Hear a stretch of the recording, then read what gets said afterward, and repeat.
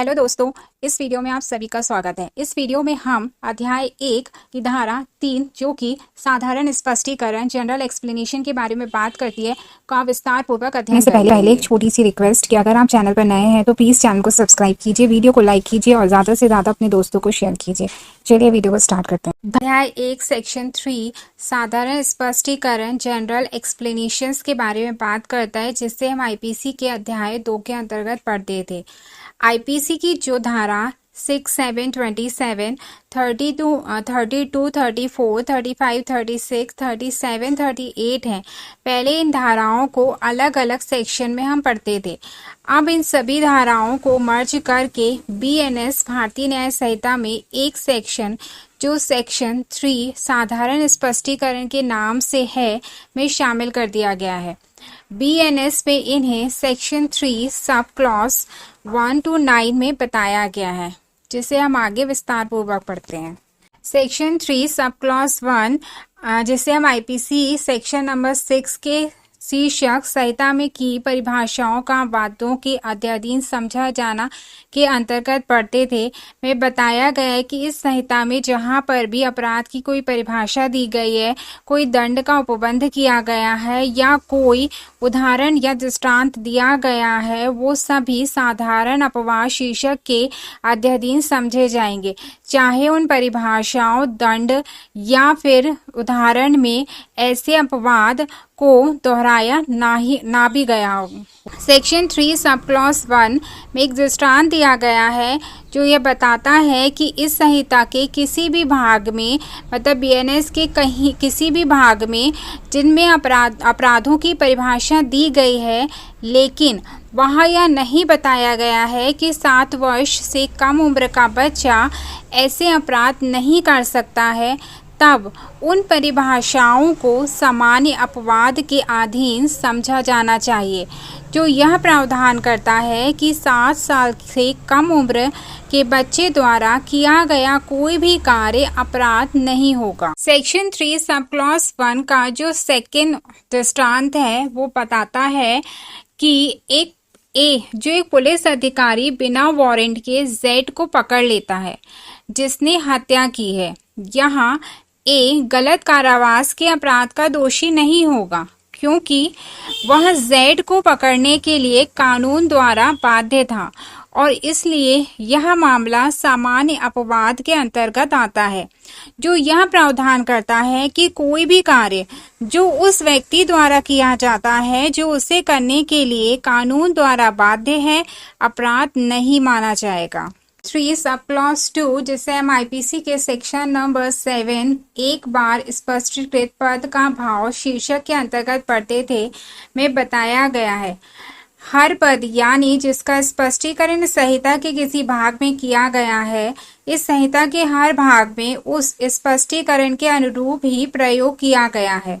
अर्थात यहाँ बताया गया है कि भारतीय न्याय संहिता के किसी भी भाग में यदि किसी भी पद या किसी भी परिभाषा को समझाया गया है, तो उस पद या परिभाषा का उपयोग भारतीय न्याय संहिता में कहीं भी किया जाएगा, वहाँ उसका वही अर्थ समझा जाएगा जो उस पद या परिभाषा में दिया गया है। उदाहरण के तौर पर भारतीय न्याय संहिता में जंगम संपत्ति का प्रयोग जहाँ भी किया जाएगा, वहाँ उसका मतलब वही समझा जाएगा जो सेक्शन 2 सब क्लॉज 21 में दिया गया है।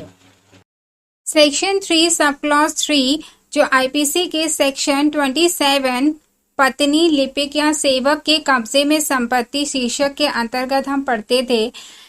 कि डेफिनेशन को हम देखते हैं जो बेयर एक्ट में दी गई। जब संपत्ति उस व्यक्ति के कारण उसके पति या पत्नी, क्लर्क या नौकर के कब्जे में है, तो यह इस संहिता के अर्थ के तहत उस व्यक्ति के कब्जे में है। स्पष्टीकरण बोलता है कि अस्थायी रूप से या किसी विशेष अवसर पर क्लर्क या नौकर की हैसियत से नियुक्त व्यक्ति इस उपधारा के अर्थ के तहत एक क्लर्क या नौकर है। अर्थात यहाँ ये बताया गया है कि यदि कोई व्यक्ति जो किसी संपत्ति का मालिक है अपनी संपत्ति का कब्जा कुछ समय के लिए पत्नी, क्लर्क या सेवक को सुपुर्द करता है, तो भारतीय न्याय संहिता के प्रावधानों के अंतर्गत यह समझा जाएगा कि वह संपत्ति मालिक के कब्जे में ही है। जो यहाँ पे स्पष्टीकरण है वो ये बताता है कि यदि अस्थायी रूप से या किसी विशेष अवसर पर कुछ समय के लिए कोई क्लर्क या सेवक की नियुक्ति की जाती है तो इस उपधारा के अंतर्गत वह क्लर्क या सेवक ही समझा जाएगा। सेक्शन 3 सब क्लॉज 4 जिसे हम आईपीसी सेक्शन 32 कार्यों का निर्देश करने वाले शब्दों के अंतर्गत अवैध लोभ आता है शीर्षक के अंतर्गत पढ़ते थे। जिसमें बताया गया है जब तक कि संदर्भ से तत्प्रतिकूल आशय प्रस्तुत न हो, इस संहिता के हर भाग में किए गए कार्यों का निर्देश करने वाले शब्दों का विस्तार अवैध लोपों पर भी है। यहाँ यह धारा बताती है कि जब तक कि कोई प्रतिकूल आशय प्रतीत न हो तब तक भारतीय न्याय संहिता में जहाँ कहीं भी कार्य को निर्देश करने वाले शब्द का उपयोग किया गया होगा वहाँ वह शब्दों का मतलब अवैध लोपों तक विस्तारित होगा। इसे हम एक उदाहरण के द्वारा समझते हैं। ए और बी पति पत्नी है। ए बी को मारने के आशय से उस पर चाकू से प्रहार करता है तो यहाँ यह माना जाएगा कि उसने बी की हत्या की है। वहीं यदि वह बी को किसी कमरे में बंद कर देता है और खाने पीने की जो उसके जीवित रहने के लिए जरूरी है वह पति होने के नाते देना उसका कर्तव्य है, नहीं देता है और उस वजह से बी की मृत्यु हो जाती है तो यहाँ यह समझा जाएगा कि ए ने अपने कार्य का लोभ किया है और ए हत्या का दोषी होगा। सेक्शन 3 सब क्लॉज 5 जिसे हम आईपीसी सेक्शन 34 सामान्य आशय शीर्षक के अंतर्गत पढ़ते थे में बताया गया है कि यह सेक्शन सामान्य आशय के बारे में बात करता है जिसके अनुसार जब दो या दो से ज्यादा व्यक्ति किसी अपराध को सामान्य इरादे से करते हैं तो प्रत्येक व्यक्ति उस अपराध को करने का जिम्मेदार होता है जैसे कि अपराध उसके अकेले के द्वारा ही किया गया हो। इस मामले में दो या दो से अधिक जो भी व्यक्ति योजना बनाकर सामान्य इरादे से कोई भी अपराध करेंगे उस अपराध की जो भी सजा होगी उसके साथ बीएनएस की धारा 2 सब क्लॉज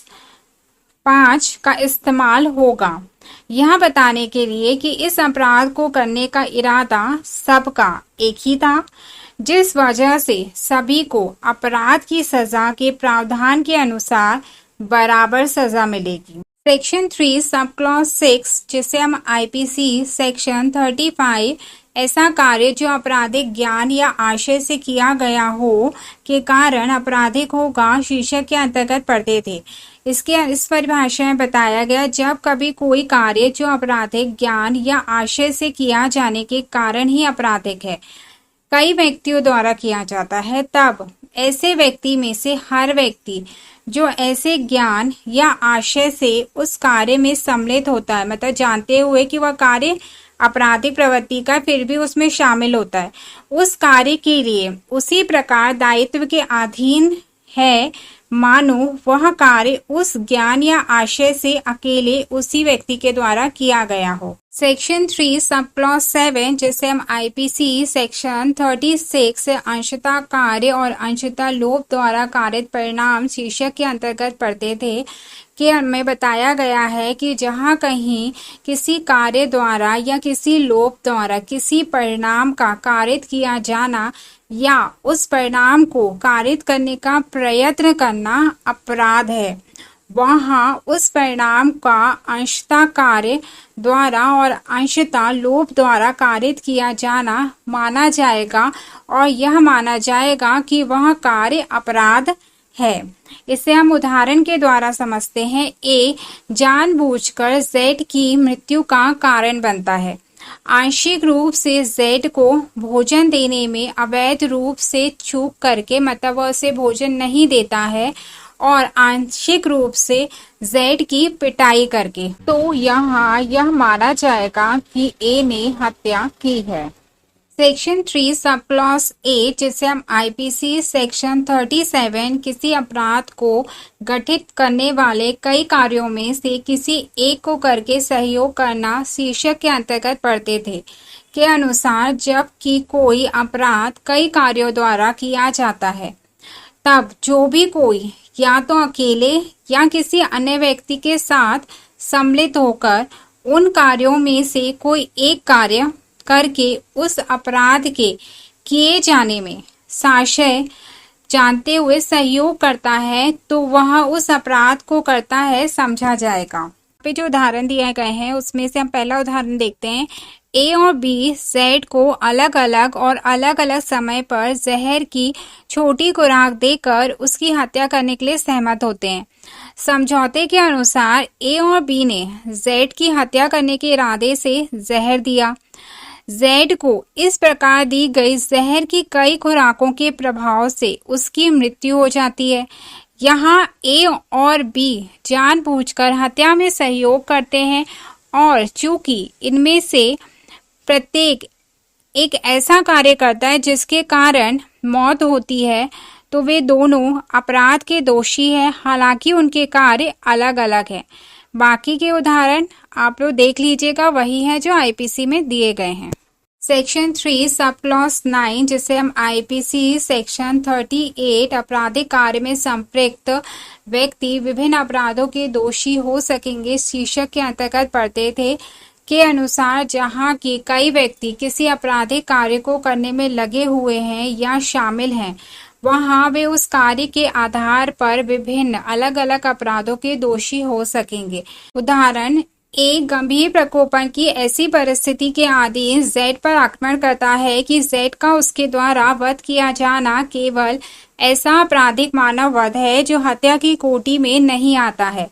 बी जो जेड से वैमनस्य रखता है उसका वध करने के आशय से और प्रकोपन के वशीभूत ना होते हुए जेड का वध करने में एक ही सहायता करता है। यहाँ यद्यपि ए और बी दोनों ने जेड की मृत्यु कारित करने में लगे हुए हैं, बी हत्या का दोषी है क्योंकि उसने आपराधिक वैमनस्य के आशय के चलते उस पर प्रहार किया। वहीं एक केवल आपराधिक मानव वध का दोषी है क्योंकि उसने गंभीर प्रकोपन की परिस्थितियों के अधीन उस पर आक्रमण किया। दोनों ने कार्य एक ही जैसे किए हैं लेकिन दोनों के कार्य करने का आशय अलग अलग होने की वजह से एक ही आपराधिक कार्य में शामिल होने के बावजूद दोनों को अलग अलग अपराध में दोषी माना गया है। नेक्स्ट वीडियो आपसे मिस ना हो जाए इसलिए तुरंत चैनल को सब्सक्राइब कीजिए और बेल आइकॉन को प्रेस करना मत भूलिएगा। Thank you.